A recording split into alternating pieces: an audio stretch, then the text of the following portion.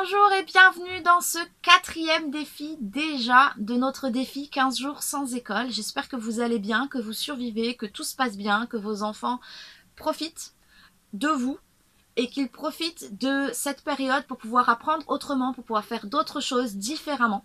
Alors, comme je vous l'ai dit dans toutes mes vidéos, partagez les vidéos, commentez-les, n'hésitez pas à les faire suivre pour aider un maximum de parents qui se retrouvent dans la galère parce que assignés à la maison et non formés pour pouvoir s'occuper de leurs enfants, non préparés dirons-nous plutôt, non organisés. Voilà, l'idée c'est vraiment par ces défis de vous proposer une activité que vous proposez à vos enfants chaque jour.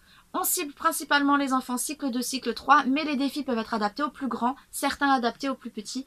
À vous de faire votre petite tambouille avec tout ce que je vous donne. Voilà, aujourd'hui on se retrouve pour le défi numéro 4. Ça va être un défi qui est un peu plus scolaire dans le sens où c'est quelque chose que les enfants connaissent, c'est la dictée. Alors, on va pas faire une dictée classique comme on fait souvent à l'école. Je vais peut-être vous étonner, mais Janae, notre fille 8 ans, adore les dictées.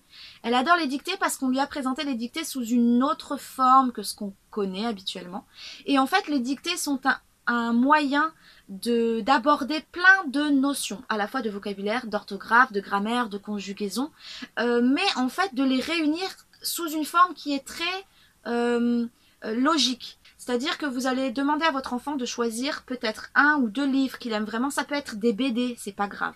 Ça peut être des BD, ça peut être des livres documentaires, ça peut être des romans. Et il va choisir 1 ou 2 passages qu'il aime vraiment beaucoup. Dans ces 2-3 passages qu'il aime vraiment beaucoup, vous allez lui demander d'en sélectionner un que vous allez faire sous forme de dictée. Alors l'idée c'est que l'enfant lise vraiment le texte 1 ou 2 fois.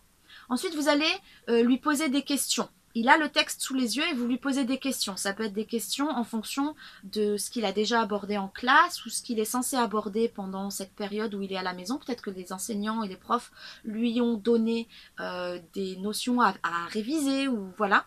Et donc vous allez poser des questions en fonction de ça. Je sais pas, ça peut être sur les temps de conjugaison, ça peut être sur certains mots invariables, ça peut être sur la manière d'employer certains mots de vocabulaire. Est-ce que c'est du familier, est-ce que c'est du langage courant, etc. Voilà. Vous essayez de creuser un petit peu pour que l'enfant, avec vos questions, arrive à photographier et à repérer chacun des mots du texte qu'il a sélectionné. Ensuite, il va relire ce texte encore une fois, encore 2 fois, même s'il veut. Et après, vous allez le dicter. À partir du moment où vous faites la dictée, l'idée, c'est pas de noter l'enfant du tout, de repérer ses erreurs, du tout. Vous allez l'aider en fait à essayer de s'auto-corriger. Donc, une fois qu'il a fait la dictée, vous allez faire une première relecture à haute voix pour que l'enfant vérifie la ponctuation. Ensuite, vous allez lui dire de relire une première fois pour vérifier qu'il a bien pensé aux majuscules. Donc, vous faites réciter la règle, hein, quand est-ce qu'on met une majuscule en début de phrase, et sur les noms propres, quand c'est au milieu d'une phrase.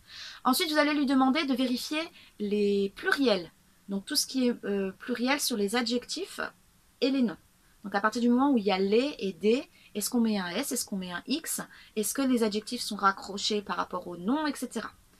Une fois que vous avez fait cette deuxième relecture, vous lui proposez, en tout cas, moi je vous donne la méthode que j'utilise avec Janae, vous faites une 3e relecture, cette fois avec les verbes, qu'il repère les verbes qui sont à l'infinitif, ceux qui sont au participe passé, qui fassent vraiment la différence entre les deux, infinitif, participe passé, et ensuite tous les autres verbes qu'il repère quel est le sujet pour les accords.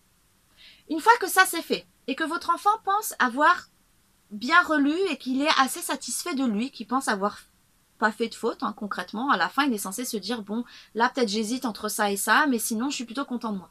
À ce moment-là, vous n'allez pas prendre le truc pour corriger, entourer, etc. Vous allez lui redonner le support, c'est-à-dire son roman, sa BD, le texte qu'il avait choisi, et c'est lui qui va devoir relire pour repérer s'il a fait des fautes. Donc là, c'est vraiment à lui de chercher, c'est un travail de recherche finalement, à lire et à lire ce qui est écrit, le modèle, à regarder ce que lui a écrit et à essayer de repérer s'il y a des différences. C'est une forme de jeu, hein, des différences. Une fois qu'il a fait ça, il est censé avoir corrigé tout. À la fin de ça, à ce moment-là, vous relisez avec le texte pour vérifier qu'il n'a pas fait d'erreur. Et s'il en a fait encore, c'est pas grave. Vous lui dites, ah ben regarde ici, t'as oublié ça, ou ça t'a manqué, t'étais peut-être pas assez concentré, etc. Et c'est tout. Pas de notes, pas de croix rouge, de rond rouge ou de je ne sais quoi. L'idée, vous pouvez même demander à votre enfant d'écrire au crayon à papier. Comme ça, il peut gommer. Quand il se rend compte qu'il s'est trompé, il gomme et il réécrit. Janae, elle aime photographier l'erreur et écrire en dessous ou à côté le bon mot pour être sûre de se souvenir de ne pas refaire cette erreur. Comme ça, quand elle relit, elle peut voir là où elle s'est trompée et là où c'est juste, et comme ça elle photographie ce qui est juste et elle refait pas la même erreur. Voilà, cette vidéo était un petit peu plus longue que les précédentes pour pouvoir vous expliquer un petit peu toutes les étapes de relecture et comment accompagner votre enfant dans la dictée. Et l'idée c'est vraiment que ce soit un moment fun, surtout si c'est lui qui choisit le texte. Il peut même choisir la taille au début, c'est pas grave s'il y a que 5 phrases et qu'elles sont petites, c'est pas grave vraiment. C'est qu'il gagne confiance en lui, c'est qu'il écrive, c'est qu'il vérifie ses connaissances. Et tout ça, même si c'est un petit peu, c'est mieux que rien et c'est sous une autre forme qu'il a l'habitude de faire habituellement. Voilà, sur ce, c'était le défi numéro 4 sur 15. On avance. Comme je vous l'ai dit en début de vidéo, n'hésitez pas à partager cette vidéo si vous pensez qu'elle peut aider d'autres personnes, à la liker si elle vous a déjà aidé, et si vous avez aimé l'idée que j'ai partagée avec vous, n'hésitez pas aussi à laisser des commentaires pour donner vos propres astuces en matière de dictée. Et moi, je vous retrouve demain pour la prochaine vidéo et le prochain défi. Bye bye!